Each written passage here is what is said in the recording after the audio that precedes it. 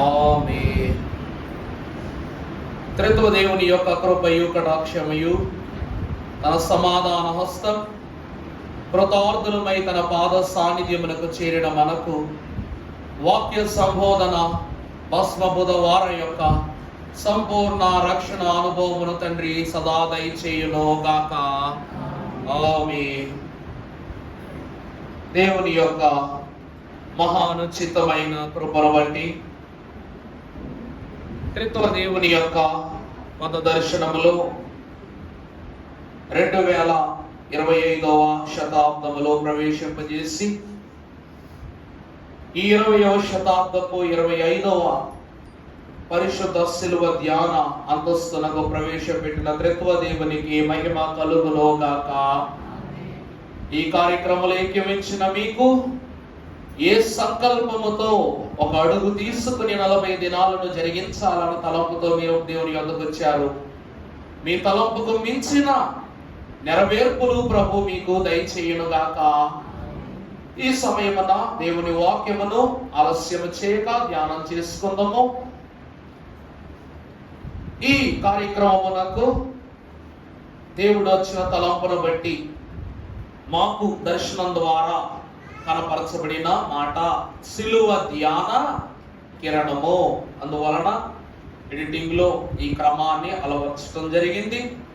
ఇక భస్మ బుధవార కార్యక్రమమునకు మనం వచ్చేసరికి దేవుని యొక్క వాక్యము నుండి కొన్ని ప్రాముఖ్యమైన సంగతులను జ్ఞాపకం చేసుకుని పరిశుద్ధ లేఖన భాగంలోని సంగతులను విపులముగా నాకు ఇవ్వబడిన సమయమును బట్టి ధ్యానము క్రమాన్ని జరిగిస్తానని తెలియజేస్తూ ఉన్నా.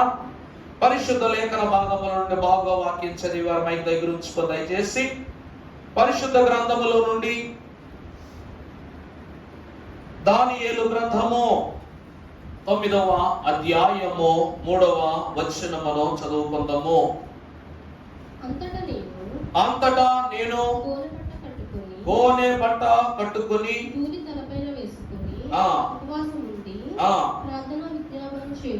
ప్రార్థన విజ్ఞాపనము చేయుటకై ప్రభువగు దేవుని ఎదుట నా మనస్సును నిబ్బరము చేసుకుంటుని. ప్రార్థన. దయానిధిమైన మా ప్రియ పరలోకపు తండ్రి, దయగల మా యేసు ప్రభువానికి స్తోత్రములు. తండ్రి, భస్మ బుధవార కార్యక్రమముతో ఆరంభించుకొనయున్న ఈ కథనము, ఈ విధము, ఈ పదము నీ అమూల్యమైన మర్మముల ద్వారా మేము మగుపరచబడని సంగతులు మాకు గోచరపరచి తగు మాత్రపు సంగతులను దాటి అగుమాత్రపు సంగతుల వరకు మమ్మల్ని నడిపించి సిలువలో ఉన్న మర్మము, ధర్మము మాకు మీరే అలవర్చి దీవించి మహిమ పొందుమని బూడిద అయ్యున్న మాకు ఉదండగా మమ్మలను నిత్యము పూజనీయుడై ఉద్ధరింపచేయు యేసు నాథుడైన సిలువ స్థానమందు చేరిన క్రీస్తు ప్రభు యొక్క మహిమ దివ్య నామమున వేడుకొని ప్రార్థిస్తున్నాం తండ్రి. ప్రభు దీవించి కొద్ది మాటలు మనలో ఫలింపచేయును గాక. ప్రభునందు ప్రియబిడ్డలారా, ఒకసారి ఆ గోడ మీద మీ కొరకు వేయబడినటువంటి బొమ్మను ఒకసారి మీ నోటితే పలికితే అకినాలు అనిపిస్తుంది. ఒకసారి గట్టిగా. అమ్మా, పురుషుల్లో సగరు, అలాగే స్త్రీల్లో సగరు. సగరు సగరు సగం అన్నమాట. గట్టిగా అందరూ కలిపి ఒకేసారి పలకండి. అలవాటున్న పదమే కదా. భస్మ బుధవారము. ఈ సిలువ ధ్యానాలకు ప్రారంభములో భస్మ బుధవారము అనేటువంటి పేరు ఎందుకు దేవుడు ఏర్పాటు చేసి ఉన్నాడంటే, ఆది కాండము మొదలుకొని ప్రకటన గ్రంథము వరకు చేర్చబడిన భక్తులు, రేపు జీవ గ్రంథములో చేర్చబడబోవు భక్త జన సంఘమైన మనము కూడా బూడిద ఏలిన వాళ్ళమే. నా మాట అర్థమవుతుందా అండి? ఆది కాండములో ఎంత గొప్ప భక్తుడైనా, ప్రకటన గ్రంథము వరకు చేర్చబడిన ఎంత పెద్ద భక్తుడైనా, రేపు జీవ గ్రంథములో లిఖింపబడబోవు గొప్ప భక్తులమైన మనము కూడా మన ప్రార్థన విజ్ఞాపన దేనితో పోల్చబడిందట? బూడిద అంతస్తుతోనే. ఎందుకంటే మన్ను నిన్ను స్తుతించునా అనే మాట మహాభక్తుడే ఆది అంతస్తులు చూపిన విశ్వాసమునకు తండ్రి అయిన అబ్రహాము గారు సెలవిచ్చారు. ఈ దిన వాక్యాంశము పరిశుద్ధుడు ప్రభు పేరిట భస్మము, అలాగనే అస్మము, అలాగే రుస్మము. ఒకసారి చదువుతారా? మొదటిగా భస్మము, రెండవది అస్మము, మూడవది రుస్మము. పదాలకి అర్థాలు కూడా పక్కన రాశాను నేనేంటి. భస్మము అనగా బూడిద, అస్మము అనగా రాయి, మూడవది రుస్మము లేక రుసుము. దాని అర్థం ఏంటంట? ధనము. ప్రభునందు దేవుని ప్రియమిత్రులారా, మానవుని బూడిద అనగా విలువ లేనిది. బూడిద అంటే ఏంటండి? విలువ లేనిది. అలాగే రుస్మము అంటే అంతకంతకు విలువ పెరిగిపోయేది. దేవుడట విలువ లేని బూడిద అయ్యున్న మనలను పరలోక ధన్యులుగా, ధనవంతులుగా మార్చి విలువనిచ్చారనటమే ఈ భస్మ బుధవారం యొక్క ప్రత్యేకత అయి ఉన్నది. దేవుని వాక్యములో మరలా చెప్పబడిన పాఠాన్ని మనం ఒకసారి చదువుకున్నట్లయితే, అంతటా నేను గోనె బట్ట కట్టుకుని ఉపవాసం ఉండి ప్రార్థన విజ్ఞాపనములు చేయుటకై ప్రభువగు దేవుని ఎదుట నా మనస్సును నేను ఏం చేసుకుంటేనే దేవుని వాక్యం సెలవిస్తూ ఉంది. ఈ క్రమాన్ని ఎలా ఆచరించాలని భక్తులైన దానియేలు గారు అంటున్నారంటే, గోనె బట్ట పట్టుకుని ధూళి తలపైన వేసుకుని ఉపవాసం ఉండి ప్రార్థన విజ్ఞాపనలు చేయుటకై ప్రభువకు దేవుని ఎదుట నా మనస్సును ఎలా చేసుకుంటున్నట? నిబ్బరము చేసుకుంటేని. దేవుని యందు ప్రియమిత్రులారా, ఏ గోను బట్ట కట్టుకోకపోతే, ధూళిని నుదుటి మీద వేసుకోకపోతే దేవుడు మన మనవిని ఆలకించడా? ఇది నా ప్రశ్న. ఆలకిస్తాడో ఆలకించడో వాక్యం తర్వాత మీరు సమాధానం చెప్పండి. చెబుతారా అమ్మ? చెబుతారా? దేవుని ప్రియమిత్రులారా, పరిశుద్ధ వాక్యములో ఒక మాట ఒక భక్తుని గురించి కూడా నేను సూచిస్తూ ఉన్నాను. ఒక్కసారి అమ్మ సామెతల గ్రంథం 16వ అధ్యాయం 17వ వచనం ఒక్కసారి చదవండి. చెడుతనము విడిచి నడచుటయే అమ్మా బూడిద అనే ఒక మాటను మనం తీసుకుంటూ ఉన్నప్పుడు, నీవు బూడిద అనగా ఏమీ లేని వాడవని అర్థం. బూడిద అంటే ఏంటండి? నా దగ్గర ఏమీ లేదు, నా దగ్గర అంతా ఏమైపోయింది? అంతర్ధానం అయిపోయింది. నేనేమై ఉన్నాను అనగా వట్టి వాడనై ఉన్నాను అని చెప్పటమే. ఇక్కడ దేవుని వాక్యము సొలొమోను ద్వారా రాయిస్తున్న మాట, చెడుతనము విడచి నడచుటయే యథార్థవంతులకు రాజమార్గము, తన ప్రవర్తన కనిపెట్టువాడు తన ప్రాణమును కాపాడుకొనును. నాశనమునకు ముందు గర్వము నడచును, పడిపోవుటకు ముందు అహంకారమైన మనస్సు నడచును. తరువాత గర్విష్ఠులతో దోపుడు సొమ్ము పంచుకొనుట కంటే చాలా సంతోషం అండి. ప్రభునందు ప్రియబిడ్డలారా, ఇప్పుడు అసలైన వాక్యంలోనికి వద్దాం. ఒక మనిషి వాక్యములో ఎంతో గొప్ప గొప్ప వాళ్ళతో పోల్చుకున్నాడు. నా ప్రార్థన అండి మోషే అంత గొప్ప ప్రార్థన అండి. ఎందుకంటే నేను ప్రార్థన చేస్తే ఎర్ర సముద్రము 2 పాయలదునో లేదో తెలియదు, కానీ ఎంత పెద్ద సమస్య అయినా సరే ఏమైపోద్ది? 2 పాయలుగా విడిపోద్ది. ఒకరేమో పావురముతోనూ పక్షిరాజుతోనూ ఇంకా తదితరమైన జంతువులతోనూ దేవుడు ఏర్పాటు చేసినటువంటి అంతస్తును బట్టి పోల్చుకుంటారు. కానీ అబ్రహాము మహాభక్తుడు మాత్రము ఆయన అంటూ ఉన్నారు, ధూళిని మన్నును అయ్యున్న నేను నీతో మాటలాడా తెగించుచున్నాను అనేటువంటి మాట. దేవుని ప్రియమిత్రులారా, బూడిదకు అంత ధైర్యం ఉందా? నా మాట చెప్పండి ఒకసారి. బూడిదకు అంత ధైర్యం ఉందా? బూడిదకు మాట్లాడగలిగనగా ఎగిసిపడేంత సత్తు ఉందా? ఏమీ లేదు.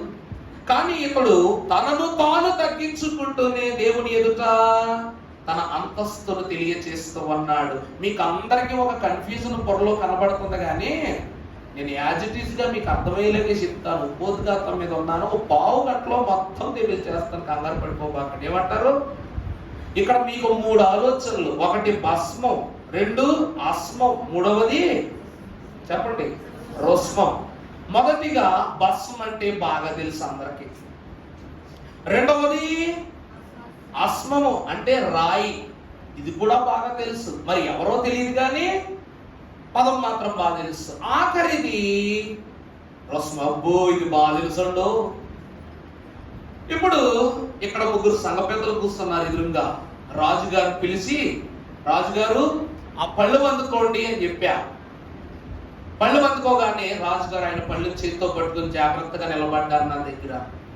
తర్వాత శేఖర్ గారు రమ్మన్నాను అనమాట. శేఖర్ గారు మీరు 2వ పళ్ళు అందుకోండి అన్న. ఆయన కూడా 2వ పళ్ళు అందుకుని మూత మీద చేపెట్టి జాగ్రత్తగా చూస్తున్నారు అందరూ. ఇజ్రాయేల్ గారు వచ్చారన్నమాట. ఆయన వచ్చి 3వ పళ్ళు అందుకున్నారు. ఇలా 3 మీదుగా నిలబడ్డారు. ఒకసారి మీ పళ్ళాలు మీద ఉన్న మూత ఒకసారి తీనగానే ఇలా తీశారట. రాజుగారి పళ్ళెములో బూడిద ఉంది. ఎంతమందికి కావాలి అని అడిగాను నేను. ఎంతమంది చెయ్యి ఎత్తుతారు? ఒకసారి చెయ్యి ఎత్తండి. అమ్మా బూడిద కావాలా? బొమ్మిడాయిలు చేసుకుంటావా? చెప్పండి అమ్మా. ఎంతమంది కావాలండి బూడిద? అయితే మీ పెన్షన్ నాకు ఇచ్చి అమ్మా బూడిద ఉంది ఇచ్చేస్తా. ఎవరు కావాలి చెప్పండి. ఇక్కడే ఉంది బూడిద రెడీగా. మీ పెన్షన్ డబ్బులు నాకు ఇచ్చేయండి. బూడిద ఇస్తున్నారు ప్రతిగా. 2వది శేఖర్ గారు ఆయన మూత తీశారు. తీయగానే అందులో ఏమున్నాయంట? రాళ్ళు ఉన్నాయంట. ఏమున్నాయండి? ఎంతమంది కావాలి బాబు అని అన్నాను అనమాట.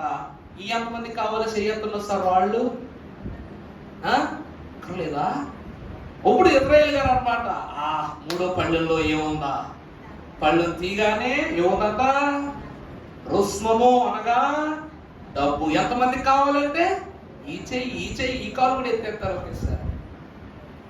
అంటే ధనమునకు ఎంత విలువో. యోబు మహాభక్తుని యొక్క చరిత్రను ప్రారంభంలో మనము చూసినట్లయితే 1వ అధ్యాయం యోబు గ్రంథం ప్రారంభ వచనాలు మనం ఒకసారి చదువుకున్నట్లయితే, ఊజు దేశమునందు యోబును ఒక మనుష్యుడుండెను. అతడు యథార్థవంతుడును న్యాయవంతుడునై దేవుని యందు భయభక్తులు కలిగి చెడుతనమును విసర్జించిన వాడును. అతనికి 7 కుమారులను 3 కుమార్తెలను కలిగిరి. ప్రభునందు ప్రియబిడ్డలారా, యోబు గ్రంథ ఆరంభములో ఊజు అనే దేశములో యోబు అనే ఒక మహాగణుడు ఉన్నాడట. ఇతడు దేవుని యందు భయభక్తులు కలిగి దేవుని యందు ఒక ఇమితమైన విజ్ఞాపన అంతస్తులు కలిగి అతడు జీవిస్తూ తన భార్యా బిడ్డలతో కొన్ని వివరముతో కూడుకున్నటువంటి దేవుని ఈవులతో సంతోషంగా జీవిస్తున్నాడంట. కానీ యోబు పక్కింటోడు కూడా తెలియదంట. యోబు ఎవరికి తెలియదండి? అక్కడ రాసిన మాట ఒకసారి మీరు ఊజు దేశమున యోబు అను ఒక మనిషి అంటే అతడు ఎవరు కాదు, అందరికీ బాగా పరిచయం ఉన్నటువంటి మనిషి కాదు. సమిశ్ర కుటుంబంలో బైబిల్ మిషన్ పాస్టర్ గారు ఒకరు ఉన్నారట. అంటే ఎంతమంది పాస్టర్ ఉన్నారు? అందులో ఆయన ఏమైనాడు? ఆ పాస్టర్ల మందలో ఆయన కూడా ఒక పాస్టర్ గారు అయి ఉన్నారు. ఏమండి మీకు పలానా వ్యక్తి తెలుసా అంటే పలానా అంటే బోల్డ్ అంతమంది పలానా ఉన్నారు మా ఊర్లో. ఎవరు? అలాగా ఈ ఊజు దేశంలో యోబు అను ఒక మనుష్యునిగా ఇక్కడ కనబడుతున్నాడు. ఇతడట ఏమై ఉన్నాడు? చదువు తల్లి. యథార్థవంతుడు న్యాయవంతుడు దేవుని యందు భయభక్తులు కలిగి. చాలండి. దేవుని వాక్యం ఎదురు వచ్చిన వారులారా, రాజుగారు నిలబడి చూపించిన బూడిద, అలాగే శేఖర్ గారు నిలబడి చూపించినటువంటి రాయి, అలాగే ఇజ్రాయేల్ గారు ఈయన వదిలేయండి ఆల్రెడీ కావాలన్నారు కదా. వీళ్ళిద్దరూ ఇక సంకోచముతో నిలబడ్డారు కాబట్టి వీళ్ళిద్దరు అంతస్తు యోబుతో పోల్చుకుంటారు. యోబు అనువాడు యథార్థవంతుడు. ఈ యథార్థత దేవునికి కావాలి కానీ పక్కింటోడికి ఎందుకు? మీకు నా మాటలు అర్థమవుతున్నాయి అనుకుంటున్నాను నేను. ఊజు దేశమున ఉన్న ఈ భక్తుడైన యోబు యొక్క యథార్థతను గురించి వాక్యం చెప్తుంది కానీ పక్కింటోళ్ళు సాక్ష్యం చెప్తున్నారా? చెప్పట్ల. తర్వాత ఏంటమ్మా? అతడు న్యాయవంతుడు.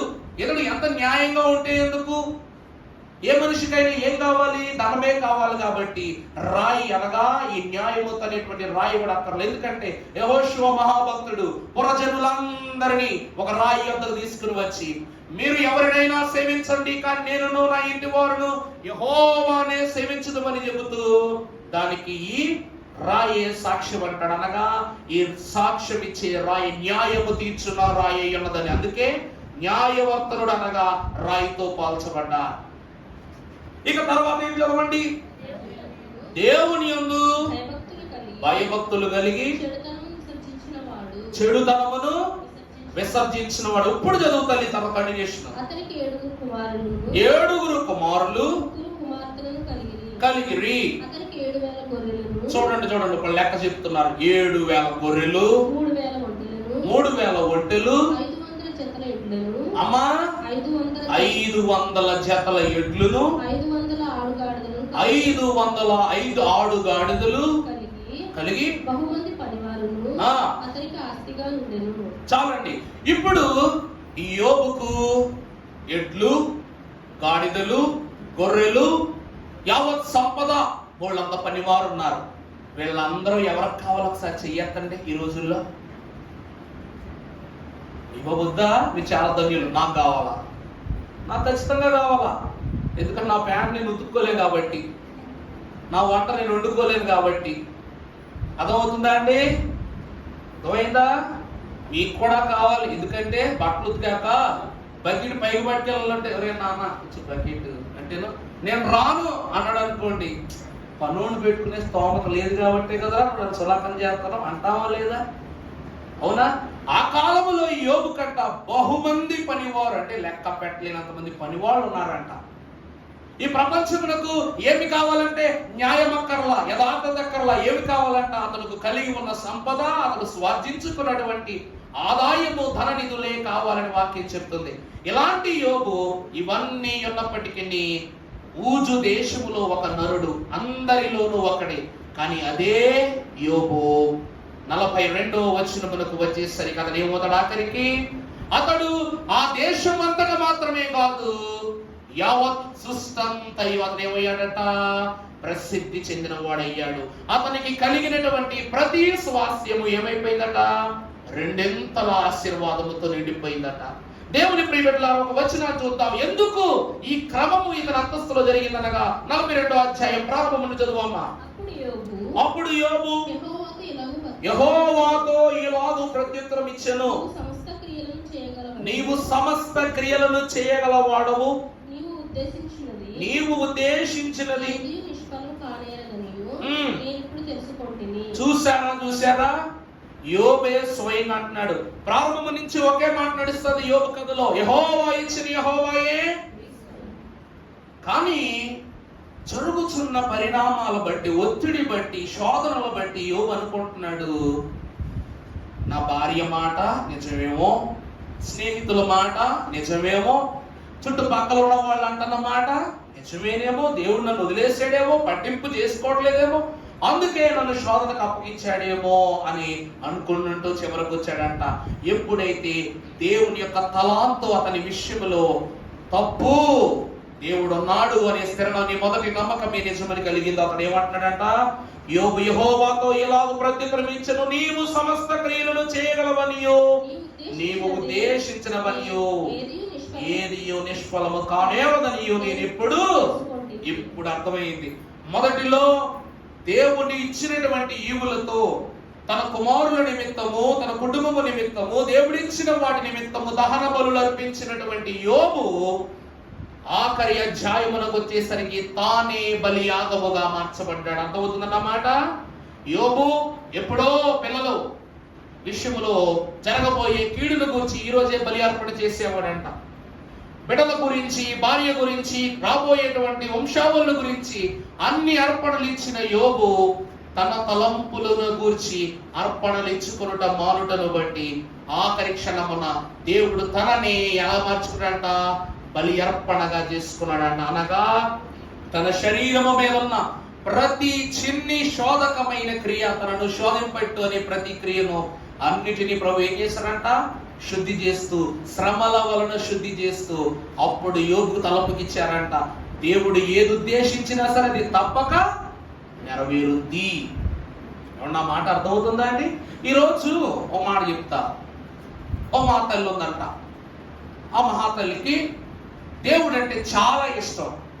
దేవుడు అంటే చాలా ఇష్టం. ఎంత ఇష్టం అంటే తన భక్తిని దాడితే బెంగ పెట్టుకుని ఎంత ఇష్టం అంట. నా ప్రభువు నేను తప్ప ఇంకెవ్వరూ అంత ఘనంగా ఆరాధించకూడదని రోజు రోజు రోజు భక్తి వ్యాపారం చేసుకుంటుంటే అనుకోకుండా సంఘంలో కొత్త ఆవిడ వచ్చిందంట. కొత్త ఆవిడ వచ్చి ఈమె కంటే బహుగా ప్రార్థన చేసేసరికి ఈ ప్రశంసలన్నీ అటుపక్క వెళ్ళిపోగానే ఈమె ఏమైపోయిందంట? బెంగ పడిపోయిందంట. బెంగ పడిపోయి ఇంకా డీలా పడిపోయి పాద్రి గారి దగ్గరికి వచ్చి అందంట, అయ్యా అయ్యా అయ్యా, నేను ఒకప్పుడు ఎంత బాగా ప్రార్థన చేసేదాన్ని, ఈ రోజు నాకంటే బాగా ప్రార్థన చేసిందని ఆమె మీరు ఏం చేస్తున్నారు? ప్రశంసిస్తున్నారు. అయ్యా నాకు బాధగా ఉంది, నేను ఆమె కంటే ఏమవ్వాలి, ఇప్పుడు ఇంకా వృద్ధి అవ్వాలి, ఏదైనా సలహా చెప్పరాదు అని అన్నదంటే ఈ తల్లి. అనగానే పాద్రి గారు అన్నారంట, అమ్మా నువ్వు నాకు గారి ప్రార్థన చేస్తున్నావా అన్నారంట. అంటే అబ్బే లేదండి, దేవుని కంటే. మరి నీ ప్రార్థన దేవునికి నచ్చలేదేమో, ఎలా ప్రార్థన చేయాలో ఎవరిని అడుగు? దేవుణ్ణి అడుగు అని చెప్పారంట. ఆమె ఇంటికి వెళ్ళిపోయి రకరకాలుగా ప్రార్థన చేస్తుంది, కానీ చేసిన ప్రార్థనలే మనసులోకి వస్తున్నాయి, చేసి చెప్పిన మాటలే మనసులోకి వస్తున్నాయి. ఇక ప్రభువును ఎలా స్థుతించాలో తెలియట్లేదంట. అప్పుడు బాధతో ఏడుస్తూ పడుకుంటే ఆమె కళ్ళలోనట 2 నిండుగా ఉన్న కొండలు కనిపించినాయి అంట. ఏం కనిపించినాయి అండి? 2 నిండుగా ఉన్నటువంటి మట్టి కొండలు కనిపించినాయి అంట. కనిపిస్తే అవి ఎక్కడున్నాయంటే ఆమె ఇంటి ఉట్టి మీద ఉన్నాయంట. ఒకప్పుడు పెరుగు పాలు ఎక్కడ పెట్టేవారు? ఇంటి అటకోటి దగ్గర ఒక తాడు లాంటి దాని పేరు దాంట్లో పెట్టేవారు అనమాట. 2 ఉట్టిలో ఉన్నటువంటి 2 కొండలు ఆమె కనిపించినాయి. అందులో స్వచ్ఛమైన తెల్లటి పాలు కనబడి అంట 2 కుండల్లో. అప్పుడట ఈమె ఆ పాలను ఇవి నావి అనుకుని తాగటానికి దగ్గరికి వెళ్ళేసరికి ఒక రాయి వచ్చి ఒక కొండకు తగిలిందంట. ఏమైందండి? రాయి వచ్చి ఒక కొండకు తగలగానే ఆ కొండకు తగిలి చిల్లుపడి పాలన్నీ నేల కారుతుంటే ఈమె ఏం చేస్తుందంట? నేల పడుతున్న పాలను చేతితో ఆపటానికి ఎలా పట్టుకుని జాగ్రత్త చేయడానికి చూస్తుందంట. చూస్తే చేతిలో ఎంత ఆపితే ఎన్ని పాలు ఆగుతాయి? కొండ పాలు ఆగుతాయా? నీ గుప్పుడికి చివరికి అన్ని ఖాళీ అయిపోతాయి. కాబట్టి ఆమె పట్టి పట్టి పట్టి పట్టి మొత్తం పాలన్నీ నేలపాలు అయిపోయినాయి అంట. అప్పుడు సడన్ గా మెలుకొచ్చిందంట. అప్పుడు ప్రభు మాట వినబడిందంట, అల్ప విశ్వాసి అని అన్నారంట. ప్రభు ఏమన్నారంటండి? అల్ప విశ్వాసి నీ విధము మార్చుకో అన్నాడంట ప్రభు. అల్ప విశ్వాసి నీ విధం మార్చుకో. నువ్వు పట్టుకొనవలసినది పాలను కాదు, పడిన రంధ్రమును. ప్రభు ఏమంటున్నారు అక్కడ? నేల కారుతున్న పాలను పట్టుకోవడం వల్ల నీకేమొచ్చింది? ఏ చోట రంధ్రం పడిందో ఆ రంధ్రాన్ని ఆపాలి. కానీ నువ్వెంత కాలము చిల్లు పడిన బిందులు ఎంత అద్భుతమైన నీళ్లు తీసుకొచ్చినా ఆ నీళ్లు ఎప్పటికైనా ఏమైపోతాయి? రాత్రి పట్టిన పగటికే వెళ్ళిపోతాయి. యోబట దేవునికి బలిస్తున్నాడు, దేవునికి అర్పణలు ఇస్తున్నాడు, కానీ అది సంపూర్ణమైన బలి కాదు. అందుకే అయ్యగారు ఏమని రాశారు? శ్రమలు పరమా ఏమి చేసే? శ్రమము చేసనగా నిన్ను శ్రమ పెట్టడానికి శ్రమ మరింత శ్రమ పడింది అని వాక్యం చెప్తుంది. అలాగుననే మానవుడు శ్రమను పొందక దైవ మానవుడు ఎటు కాగలడు. ఎందుకనగా దేవుని ప్రియబిడ్డలారా, యోబు కట కుటుంబము నిమిత్తం ఉన్నటువంటి ప్రేమను బట్టి దేవునిలో అధిక భక్తిని కనపరుచుకున్నాడంట. కానీ దైవ వాక్యం సెలవిస్తుంది, యథార్థవంతుడైన యోబు గొప్ప అందగాడు. యోబు ఎవరండి? గొప్ప అందగాడు, డబ్బున్నవాడు, పేరున్నవాడు, పలుకుబడున్నవాడు, ఇవన్నీ ఉండటం వలన దేవుడు నన్ను ఆశీర్వదించాడు కాబట్టి ఇవన్నీ, మనం అదే కదండి అనుకుంటాం. దేవుడు నాకు ఇచ్చాడు కాబట్టి. కొంతమంది ఏమనుకుంటారు, ఇవన్నీ ఉన్నాయి కాబట్టి నన్ను కొంతమంది ప్రేమిస్తున్నారు. ఇప్పుడట సాతానుకు అధికారం ఇచ్చాడట. చూడండి 2 సాక్ష్యాలు అక్కడ. ప్రభువు కూడా యోబుని గురించి సాక్ష్యం ఇస్తున్నారు ప్రారంభంలో. ఏమని? నా దాసుడును నాకు ప్రియుడైనటువంటి యోబు సంగతి నువ్వు ఆలోచించితివా అంటారు ప్రభు. అమ్మా, మొదటి అధ్యాయంలో ఉన్నది ఈ మాట. నా దాసుడు నాకు ప్రియుడుగా ఉన్న యోబు యొక్క సంగతి నువ్వు ఏం ఆలోచించావు సాతాను అని ప్రభు పరలోకములోని యోబుని గురించి ఏం పెట్టారంటే మీటింగ్ పెట్టారంట. అప్పుడు సాతానుడు ఏమంటున్నాడు తెలుసా? 2వ సాక్ష్యం, నువ్వు అతనికి కలిగిన దాని చుట్టూ రక్షణ కంచె వేసావు గనుక అతడు నిన్ను స్తుతిస్తున్నాడు. ఇక్కడ ఒక విశ్వాసిని బట్టి దేవుడును సాతానుడు ఏమేసుకుంటారంట?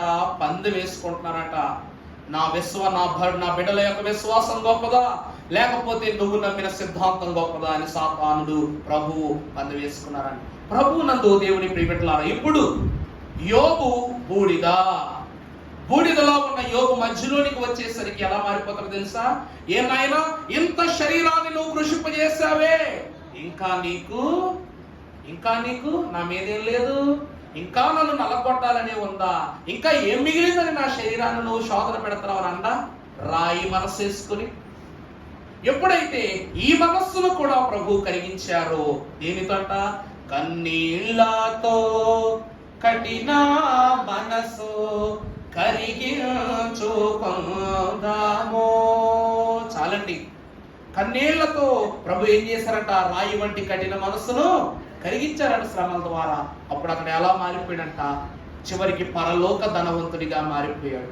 ఇప్పుడు పాఠములోనికి వస్తే తర్వాత వచనాలు చదువమ్మా. 42:4. నేను మాటలాడగోరుచున్నాను, దయచేసి నా మాట ఆలకింపుము.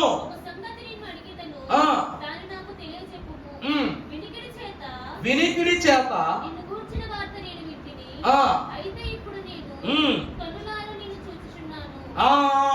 చాలు. దైవజనులు దేవస్థాయి గారు అన్నారు, ఇదిగో చూచి విశ్వసించు వాడి కన్నా చూడక విశ్వసించు వాడే. యోబు యొక్క మాటలు ఎప్పుడు గమనించారని ఏమంటున్నాడు? వినికిడి చేత నిన్ను గుర్చిన వార్త నేను వింటిని ఈ రోజు వరకు, అయితే ఇప్పుడు నేను నిన్ను కన్నులారా నిన్ను చూచున్నాను, కావున నన్ను నేను చూసారా దేవుని ప్రియమిట్లారా? యోబు అంటున్నటువంటి మాట గమనించండి. దేవుడు ఇచ్చాడని పుచ్చుకోవడం, దేవుడు ఇస్తున్నాడని అందుకోవడం కాదు. దేవుని ఎదుట నిలువబడి, ప్రభువా, దేవా, సర్వాధికారి, సృష్టికర్త, నీ కార్యములు అగోచరములు, నువ్వు పరిశుద్ధుడువు, నీ పరిశుద్ధత నేను పొందుకొని ఉన్నానని ప్రభు ఎదుట ధీటుగా నువ్వు చెప్పగలవా? యోబు అంతటి మహాభక్తుడు ఏమన్నాడు తెలుసు? సిగ్గుపడుతున్నాను నేను. ఇప్పటి వరకు నేను విన్న నువ్వు కాదు, చూచిన దానిలో నువ్వు విధం మారిపోయింది, నీ పదం మారిపోయింది, నీ అంతస్తు మారిపోయింది ప్రభువా.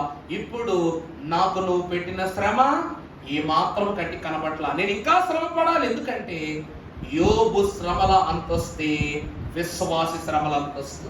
దైవజనులు అన్నారు, యోబు గ్రంథం అంట పద కవిత అన్నారు. యోబు గ్రంథం ఏంటండి? పద కవిత. అందుకే యోబు గ్రంథం ఎక్కువ చదవటానికి ఇష్టపడరు. యోబు గ్రంథం చదవటానికి ఇష్టపడరు. కారణం ఏమిటంటే యోబు పడటం అందరూ విడిచిపెట్టేటమే. అందుకే అయ్యగారు అన్నారు, యోబు వద్దకు మొట్టమొదటిగా ఎవరు వచ్చారంట? పని వాళ్ళు వచ్చారు. వాళ్ళు అంటారు, ఇదిగో మన ఎడ్లను పలానా వాళ్ళు తీసుకెళ్ళిపోయారు, మన పని వాళ్ళు పలానా వాళ్ళు చంపేశారు. అప్పటికి యెహోవా ఇచ్చెను, యెహోవా తీసుకోండి. రెండవదిగా అతని యొక్క శరీరం మీదకు వ్యాధి వచ్చి పడింది. వ్యాధి వచ్చి పడితే భార్య వచ్చి అంటుంది, ఇంకా నీ దేవుని పట్టుకుని వేలాడరాదు, తిట్టేసాయి, ప్రాణమన్నా తీసేసుకుంటాను నీ దేవుడు అంటే. నేను నిన్ను విడిచిపెడతాను కానీ ఎవరిని విడిచిపెట్టను? దేవుడు విడిచిపెట్టను. యెహోవా ఇచ్చెను, తీసుకుని. ఎందుకంటే దేవుడు ఆస్తులు ఇస్తే పుచ్చుకుంటావా, అంతస్తులు ఇస్తే పుచ్చుకుంటావా, కొంచెం ముళ్ళు పెడితే ఉండలేవా అన్నాడంట. మూడవదిగా స్నేహితులు వచ్చారనమాట. వాళ్ళు వచ్చి కడాఖండిగా చెప్పారు, యోబు మేము ఇలా చెప్తున్నావు అనుకోబాకు, నువ్వు అంటే ఒక మాట ఆలోచన, కోటీశ్వరుడి దగ్గరికి వెళ్ళి మనలాంటి సలహా చెప్పలేదు కదా. అందుకే యోబు బాగున్నంతసేపు స్నేహితులు వచ్చేవారు, యోబుని ఏం చేసేవారంట, యోబు పెడితే తినేవారు, ఆనందపడేవారు, భక్షించేవారు, వెళ్ళిపోయేవారు. ఇప్పుడు బాధలోకి వచ్చేసరికి ప్రతి ఒక్కడూ ఏమైపోతారంట, సలహాలు ఇచ్చేవాళ్లే.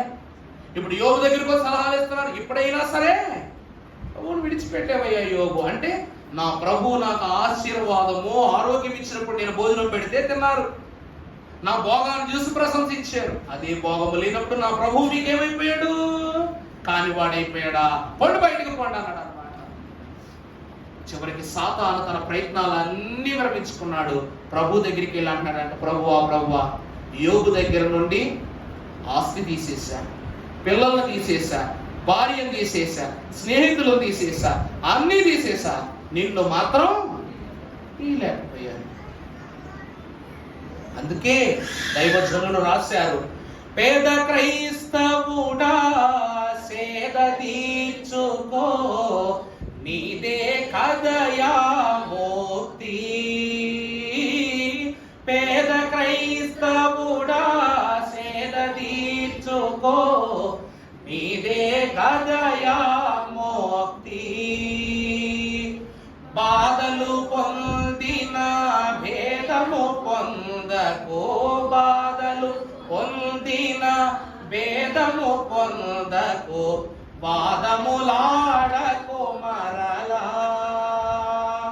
వాదములాడకో మరలా. మోదముందుము మోక్షముందుము,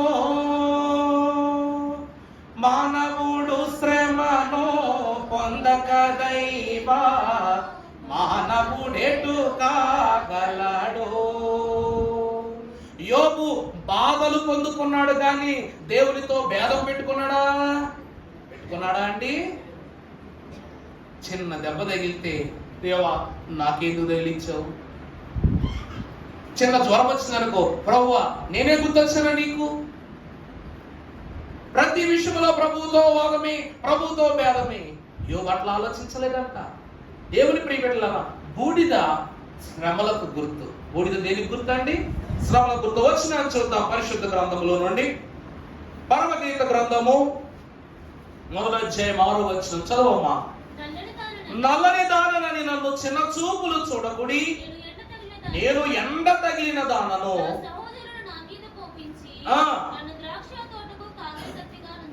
చాలండి. దేవుని ప్రియబిడ్డలారా, నల్లని దానను దేవుని వాక్యం అంటుంది. పరమగీతములో వధువు యొక్క వాక్కు, వధువు ఏ రంగులో ఉంటదంట చెప్పండి? వధువు ఏ రంగులో ఉంటదంటండి? చెప్పరే అమ్మా. ఈ లోకములో సిద్ధపడుతున్న వధువు రంగు ఏంటి? మొన్న ఒక వీడియో వచ్చిందనమాట, ఇందులో యూట్యూబ్ షార్ట్స్ లో వచ్చింది. ఒక అమ్మాయిని పెళ్లి కూతురులా తయారు చేస్తున్నారు. మొదట ఎలా ఉందో తెలుసా? ముఖం పొద్దున్నే గత 3 రోజులుగా పళ్ళు తోముకోకపోతే, ముఖం కడుక్కోకపోతే ఎలా ఉంటుందో అలా ఉందా ఆమె. అయితే తప్పు కనుక్కోకూడదు, చెప్తున్నా అంతే. అలా ఉందన్నమాట. జిడ్డుగా ఉంది మాకు అంతే. వెంటనే అనమాట ఇట్లా కళ్ళు మూసుకుంది. తగ్గమంది ఎరవగానే ఏమైపోయింది అంటే, నేను ముఖం మీద బోళ్ళంత పౌడరు మైదా పిండి వేసుకుని వచ్చింది అనమాట. 3 రోజులు పళ్ళు తోముకున్నామే, తల బాగా మెరిసిపోయింది పళ్ళు. ఆమె పళ్ళు మెరిసిపోయింది, మెళ్ళ గొలుసు మెరిసిపోయింది, నెత్తి మీద ఒక కిరీటం పెట్టుకుంది. అంటే 3 రోజుల ముందు పళ్ళు తోముకోలేదు, 3 రోజుల తర్వాత ఎలా అయిపోయిందామే చెప్పండి? తెల్లగా అయిపోయింది అనమాట. దేవుని ప్రియబిడ్డలారా, ఇది వినటానికి చూడటానికి సరదాగా నేను చెప్తున్నా. రెప్ప పాటున వధువు కూడా ఆ స్థితిలోనికి వచ్చేస్తుందట. అయ్యగారు ఏమన్నారండి? రెప్ప పాటున అనగా కనురెప్ప పాటున నీ వరుడు నీ యొద్దకు రాగా, అంత రెప్ప పాటునే వధువు ఏమైపోతుందంట? సిద్ధపడిన వధువు తన రూపమును, తన అలంకరణను మార్చుకుని సరివేగమని ప్రభు యొద్దకు వెళ్ళిపోతుందంట. దేవుని ప్రియబిడ్డలారా, ఆ వధువు అంటూ ఉంది ఏమిటంటే, నలని దానని నన్ను చిన్న చూపు చూడవద్దు, నేను ఎండ తగిలిన దాను. ఎండ అనగా ఈరోజు ఎండ తగలగానే మనకేమనిపిస్తుంది? శ్రమ. ఏమండి? ఎండ తగలగానే ఏమొస్తుంది? శ్రమ. శ్రమలు విశ్వాసిని అనగా మానవుని ఏం చేస్తాయంట? చిన్న చూపు చూస్తాయంట. శ్రమలు ఏం చేస్తాయండి? చిన్న చూపు చూస్తాయంట. మనల్ని ఎవరైనా చిన్న చూపు చూస్తారనుకోండి, వాళ్ళ చేతే మనం శభాష్ అనిపించుకోవడానికే కదా కష్టపడతాం, నిజమా కాదా? అలాగే ఈ లోకము చేతే సాక్ష్యము పొందటానికంట ఈ వధువు కూడా తన యొక్క గుణాతిశయములను మార్చుకుని సిద్ధపడిందంట. అక్కడ రాస్తోంది, నా మీద కోపించి నన్ను ద్రాక్ష తోటకు కావలి గట్టిగా నుంచిరైతే నా సొంత తోటను నేను చూసారా తను ఏమంటుందో, నా అన్నలు అనగా ఈ లోకము నన్ను ఏం చేసింది, ఈ లోకపు ఇక్కట్లలో నేను ఇమిడి చేశారు నన్ను. అనగా ఆదామవ్వలకు దేవుడు ఏదేను వనాన్ని ఇచ్చాడు, స్వేచ్ఛగా విహరించండి జీవించండి అని చెప్పారు. అది ఏదేను వనములో సొంత తోట. ఎప్పుడైతే పాపము వారిలోనికి ప్రవేశించిందో సొంత తోట ఏ తోట అయిపోయింది, పరాయి తోట అయిపోయింది. వీళ్ళు బయటకు వచ్చేసారు. అప్పటి నుండి వీళ్ళ దుక్కి వీరే దున్నారు, వీరి మొలకలు వీరే సిద్ధపరుచుకున్నారు, వీరి ధాన్యం వీరే పండించుకున్నారు, వీరి బ్రతుకును వారే కొనసాగించుకున్నారు ఎవరి సహాయం లేకుండా. అందుకే ప్రభు సంఘం కూడా ఏమంటుందంట, నేను ఎవరగా నా సహోదరులు నా మీద కోపించి నన్ను ద్రాక్ష తోటకు కావలి గట్టిగా నుంచిరి, అయితే నా సొంత తోటను నేను కాయకపోతే. బూడిద శ్రమలకు గుర్తు. బూడిద ఏంటండి? శ్రమలకు గుర్తు. నువ్వెంత కాలాలో అంతా కాలాలు అబ్బాయి. అయ్యగారు ఏమన్నారండి, కాలిన విశ్వాసి లోకములో కాలుతూనే ఉండాలంట. మరి యేసుక్రీస్తు ప్రభు వారి లోకమునకు దర్శనం ఇవ్వడానికి ముందు గనుడైన మోషే పొద యొద్దకు ఆయన వెళ్ళినప్పుడు ఆ పొద మండుచున్నది, కానీ పొద చాటున చేర్చబడిన ఆ యొక్క చెట్టు మాత్రం ఏం కావట్లా, కాలటంలా. అంటే ఇశ్రాయేలు ప్రజలు పచ్చని చెట్టులానే ప్రబలిపోతున్నారు. అలాగే వారిని పెట్టే శ్రమలు కూడా అలాగే ఏమైపోతాయంట, ప్రబలిపోతున్నాయంట. అలాగే ప్రభు వాక్యం సెలవిస్తూ ఉన్నది ఏమిటి అనగా, నువ్వు నల్లదానివని లోకము చిన్న చూపు అనగా, నల్లని దాని అనగా పాపము. బూడిద ఏ రంగులో ఉంటదండి చెప్పాలా గట్టిగా? నల్ల రంగులో ఉంటది. కాబట్టి ఈ బూడిద అంతస్తు లోకమనే పాపమనే ముసుగు వేసుకున్న మన లోకం ఏ చూపు చూస్తుంది, చిన్న చూపు చూసి శ్రమల్ని ఇచ్చిందంట. శ్రమల్నిచ్చి పరలోకపు తోటకు వెళ్ళవలసిన మనలను ఈ లోకమనేటువంటి తోటలు ఏం చేస్తుంది, ఇలా ఇమిట్ చేసి నువ్వు పరిపూర్ణంగా మారేంత వరకు నువ్వు ఎవరు పని కత్తవే యజమానురాలువి కాదని కోపించి శ్రమలు ఇక్కడ కట్టి పడేసాయంట. ఒక వచనాన్ని మీరు చూసినట్లయితే 1 పేతురు రాసిన పత్రిక 4:14 క్రీస్తు నామము నిమిత్తము మీరు నింద పాలైన ఎడల మహిమ స్వరూపి అయిన ఆత్మ అనగా దేవుని ఆత్మ నీ మీద నిలుచుచున్నాడు గనుక మీరు.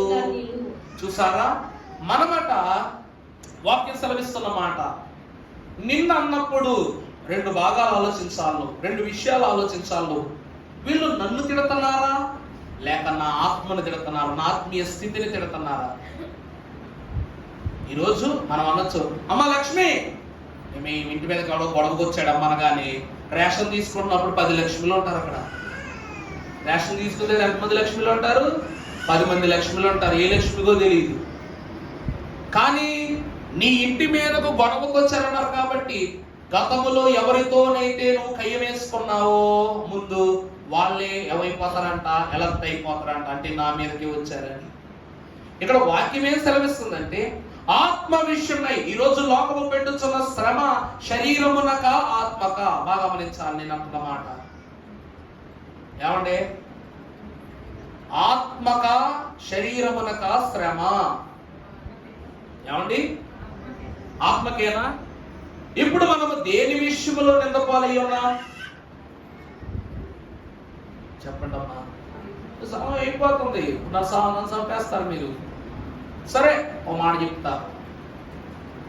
మీ బైబిల్ గ్రంథం ఉంది. ఈ బైబిల్ గ్రంథంలో బోళ్ళంతమంది భక్తులు ఉన్నారు. బోళ్ళంతమంది భక్తులకు ఒకే ఒక్క నామం ఉందన్నమాట, అబ్రహాము. చెప్పాలా? అబ్రహాము సంతానము. గడి చెప్పండి. ఇప్పుడు అబ్రహామునకు ఒక లోకము నుండి ఒక మచ్చ పడిందనుకో, సంతానమునకు పడినట్లా కాదా? అర్థమైందా? అబ్రహాము విశ్వాసమును మనం పుచ్చుకున్నట్లే క్రీస్తు ప్రభు యొక్క శరీర రక్తాలు కూడా మనం ఏం చేస్తున్నాం? పుచ్చుకుంటున్నాం కాబట్టి దేవుని వాక్యం ఏమంటుందంటే, ఇదిగో మీరు దేవుని యొద్ద నుండి ఏ ఆత్మను పొందుకున్నారు? దేవుని ఆత్మ అనగా లౌకిక ఆత్మ కాదు. ఏ ఆత్మది? ఏ ఆత్మది? దత్తపుత్రాత్మ. గడి చెప్పండి సార్.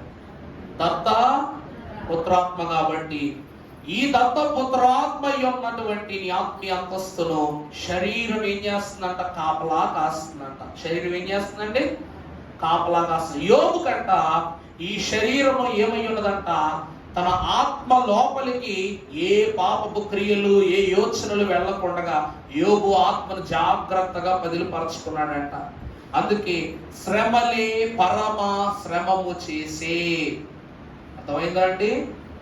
శ్రమలు పరమ శ్రమము చేసే. ఇంకా బాగా మీకు అర్థమయ్యేలా చెప్తా ఒకసారి. తల్లిదండ్రులు చేసిన తగని కార్యములు నా మీదకే దొర్లి, మీ తాతలు చేసిన పాపాలకి నీకేంటి పని? మీ పితరుల పాపాలకు నీకేంటి పొందు? వాళ్ళ భేదము, వాళ్ళ వాదము, వాళ్ళ మాట నువ్వెందుకు పడాలి? నా మాట అర్థమైందా మీకు? యోబు అంటున్నటువంటి మాట ఏమిటంటే, యోబు తన వంశావలంతటి నిమిత్తము ప్రతిరోజు బలులిచ్చేవాడు. కానీ ఈ లోకములో ఉన్నంత కాలమునకు తగ్గ బలినే ఇచ్చాడు.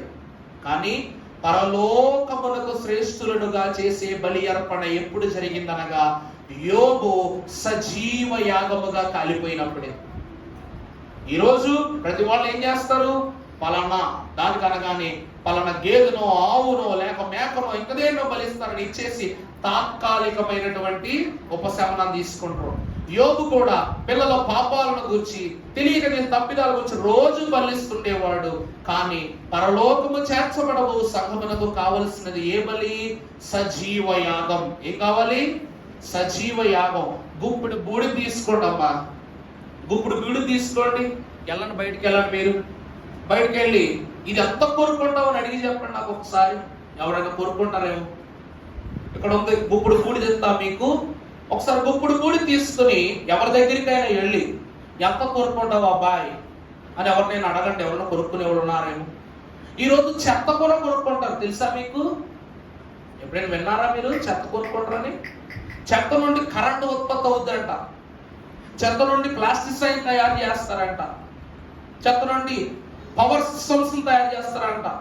ఇలా ఎన్నో రకాలైనటువంటి ఇదులు చెత్త ద్వారా ఉత్పత్తి అవుతాయి. మంచినీళ్ళు ఇవి ఇంతకుముందు న్యాచురల్ రిసోర్సెస్, కానీ ఇప్పుడు అన్ని అమ్మకానికి వచ్చేసినాయి. ఇలా ప్రతిదానికి ఒక రేట్ ఉంది.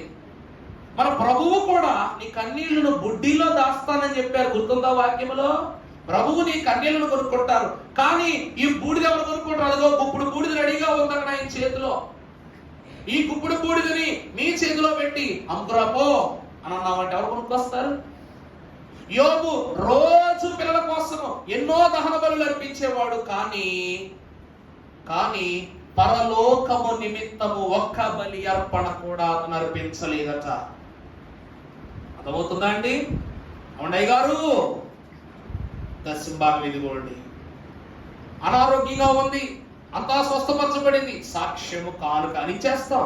అప్పటికప్పుడు జరిగిన మేళ్ల కానుక ఇచ్చేస్తాం. మరి రేపటి జన్మలో పరలోక అంతస్తులుగా ప్రవేశించబోవు స్థితి నిమిత్తము నీ సిద్ధపాటు ఏమిటి? నీ ఆర్భాటం ఏమిటి? నీ ఆకర్షణ ఏమిటి? నీ స్థిమితం ఏమిటి? అయ్యగారు అంటుంది అదే. అందుకేనట ప్రభువు తానే తన సాతానును పంపించి వేసి ఇంత శోధన పెట్టాడంట.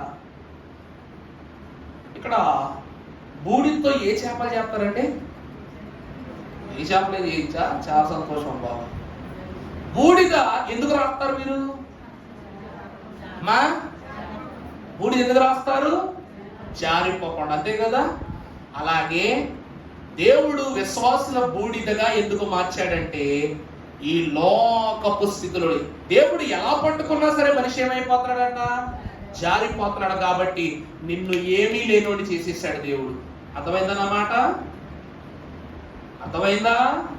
ఇలా బెటర్ చూస్తారైనా అక్క, నిన్ను చెట్టుగా మార్చిన అహంకారం వచ్చేస్తుంది, చీమగా మార్చిన అహంకారం వచ్చేస్తుంది, చేపగా మార్చిన అహంకారం వచ్చేస్తుంది, కొన్ని కొద్ది నిమిషాల్లో చెల్లిపోయి చిన్న పురుగుగా మార్చిన వచ్చేస్తుంది, నీకు అహంకారం వచ్చేస్తుంది. కాబట్టి నిన్ను ఏమీ లేని వాడిగా చేసేసాడు. అదే ఏమిటంట? బూడిద. ఈ బూడిద అయ్యున్న నీకు ఏమేస్తాడు దేవుడు? యెషయా 61లో రాస్తారు, బూడిదకు ప్రతిగా అతి లెక్క. ఇప్పుడు నువ్వు గప్చిప్ దేవుడు మాట వింటావు. వింటావా? అందుకే దైవజనులు ఏమన్నా తెలుసా? మిత్రుడారము మైత్రితో పారామార్థికమైన మాటలు వచ్చిందు. అంటే దేవుడు ఇప్పుడు ఏది మాట్లాడితే ప్రతి మాట నువ్వేం చేస్తావు? చిత్తశుద్ధితో వింటావు. మన్ననతో విను. మన్ననతో విను అంటే వినయుడివై వినమ్రుడివై నువ్వు దేవుడి మాట వింటావు. అందుకే నిన్ను బూడిద చేస్తున్నాడంట దేవుడు. విశ్వాసి కాలాలి, ఆత్మ రగలాలి. అందుకే దైవజనులు అన్నారు ఏంటి తెలుసా? దహించు ఆత్మకు దహింపబడిన దేహం అంట. నీ ఆత్మ రగిలింపు వల్ల దేహం ఏమైపోద్ది? దహించుకుపోద్దట, మిటుకులు ఇరికిపోద్దంట మొత్తం. యోబును దేవుడు ఏం చేశాడు తెలుసా? స్వయం ఆత్మతోనే దహన బలి చేసేసాడు. శరీరంలో ఏ భాగాన్ని విడిచిపెట్టలా. చెమట చేరు ప్రతి స్థలమున్న దేవుడు ఏం చేశాడు చెప్పండి? తన శరీరాన్ని కృషింపజేసేసాడు దేవుడు. దేవుడు గనుడు, గొప్పవాడు. ఎందుకంటే కన్నీళ్ళు వచ్చే చోటును కూడా యోబుకు శమానికి దేవుడు ఇవ్వలేదు తెలుసా అండి? కన్నీళ్ళు వచ్చే చోటును కూడా దేవుడు విడిచిపెట్టలేదు. కళ్ళు మంటలతో యోబు ఏమంటాడు? దేవా దేవా నా వల్ల కావట్లా, నా వల్ల కాదు. కానీ ఏడ్చే సమయాన్ని కూడా దేవుడు ఇవ్వలేదంట యోబుకి. మరి దేవుడు ఇంత గొప్పవాడు, యోబుకి అంత శ్రమ పెట్టి అంతా ఇచ్చిన దేవుడు, మరి మనము ఇలా ప్రార్థన చేస్తే అలా ఎందుకు కార్యం చేస్తున్నాడు తెలుసా? ఎందుకు చేస్తున్నాడు తెలుసా? మన కోసం మన దైవజనుడు ఏనాటి నుండో నలిగిపోయారంట. మన పితరులు ఏనాటి నుండో ఏమైపోయారంట? నలిగిపోయారంట. మొన్న ఎవరో బొమ్మల కథ అడిగారు. మన ఆలయంలో చాలాసార్లు చెప్పాను బొమ్మల కథ. ఇప్పుడు కథ చెప్తాను కానీ చంపేస్తారు మీరు నన్ను అన్నమాట. ప్రార్థన చంపేస్తారు. ఇప్పుడు చెప్పరు, రేపు చెప్తాలే. అందువలన దేవుని ప్రియబిడ్డలారా, బూడిద అనగా మాట వినున్నది అనగా ఇందాక భస్మము, రెండవది రుస్మము. మనిషి ఎలా మారిపోతాడు? అస్మం అనగా రాయిలా మారిపోతాడు అనమాట. ఈ శ్రమల వల్ల మనిషి ఎలా అయిపోతాడు? రాయిలా మారిపోతాడు, పాషాణములా మారిపోతాడు. మారిపోయిన మనిషిని ప్రభు ఏమంటారు? పేతురు, నువ్వెవరివి? రాయివి. నీ మీద నేనేం కట్టాలి? సంఘం కట్టాలి. రాయి అనగా ఈ బూడిద దేవుని దండతో, ఉదండతో ఏమవుతుందంట? పునాది రాయిగా, మూల రాయిగా మార్చబడుతుందంట. ఈ మూల రాయిని దేవుడు ఎలా మార్చాడో తెలుసా? పరలోకపు పునాది రాయిగా మార్చుకుని పరలోక ధనముతో ఏం చేస్తారు చెప్పండి? వర్తిల్ల చేస్తారట. అర్థమైందమ్మా? ధనం అందరం సంపాదిస్తాం.